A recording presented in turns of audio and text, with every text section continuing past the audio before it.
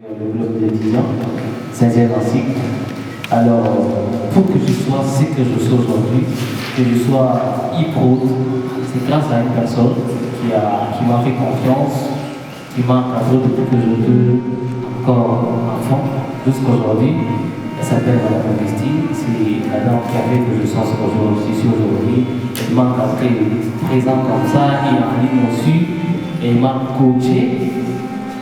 Et aujourd'hui, quand même, je suis une personnalité qui est grande de tout le pays, mes respects, c'est mon vie d'aller à l'activité.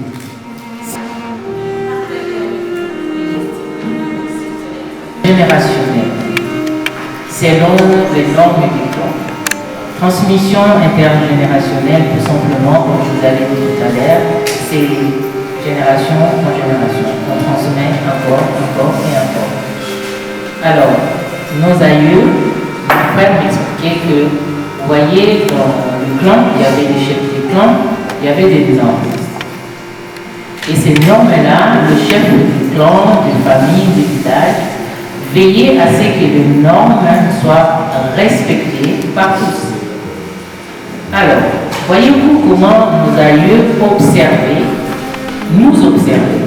Un enfant qui n'est pas né, comme je vous l'ai dit tout à l'heure, et comme vous savez qu'à l'époque, je pense que le mariage était beaucoup plus déjà préparé d'avance, on disait, celui-là va épouser cet enfant-là. Parce que cet enfant-là, on voit qu'elle a telle capacité, elle s'est comportée comme cela et tout. Et ces garçons-là, on pense que lui sera chef de famille parce que son comportement est tel et tel. Alors, excusez-moi, monsieur Willem, singulier. Ça veut dire chacun a ses affects, donc ses problèmes singuliers. Maintenant, pour aider un adulte qui a un problème, ou pas, il faut aller chercher l'enfant qui était cet adulte-là. Parce que c'est à partir de son enfance qu'il y a des éléments qu'il a refoulés, qui est en lui, qu'il ignore, qui peut justifier son comportement. Par exemple, mon qui s'isole, qui n'aime pas être avec les gens, ou quelqu'un qui, comme j'ai dit, qui est devenu très violent, ou quelqu'un qui passe sa vie à voler, quelqu'un qui passe sa vie à mentir, quelqu'un qui passe sa vie à être joyeux tout le temps. Vous voyez, n'importe quel comportement, c'est un exemple parce que c'est justifiable, parce que la source est toujours quelque part. Ça, c'est ce qu'on voit. Maintenant, ce qu'on ne voit pas, qui est dans notre conscient, c'est là où le rôle des psychologues peut jouer pour aider. Maintenant, vous avez compris que là où nous sommes, vous en moi, chacun de nous a un contenu dans son psyché qui est différent. Et que ce psyché qui est son esprit réside ses faiblesses et ses forces, qu'il a puisées dès son enfance et dans son environnement.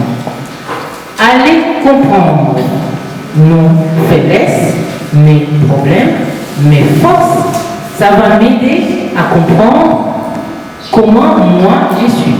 L'environnement favorise les comportements nuisibles et comment ça peut s'expliquer une personne qui est née dans un environnement favorable mais qui arrive à avoir un comportement nuisible. Au fait, c'est ce qu'il faut comprendre. Quand je dis l'environnement favorise, que ce soit pour une personne qui vit une situation néfaste, il va avoir des affects négatifs et des notions de la souffrance est différente.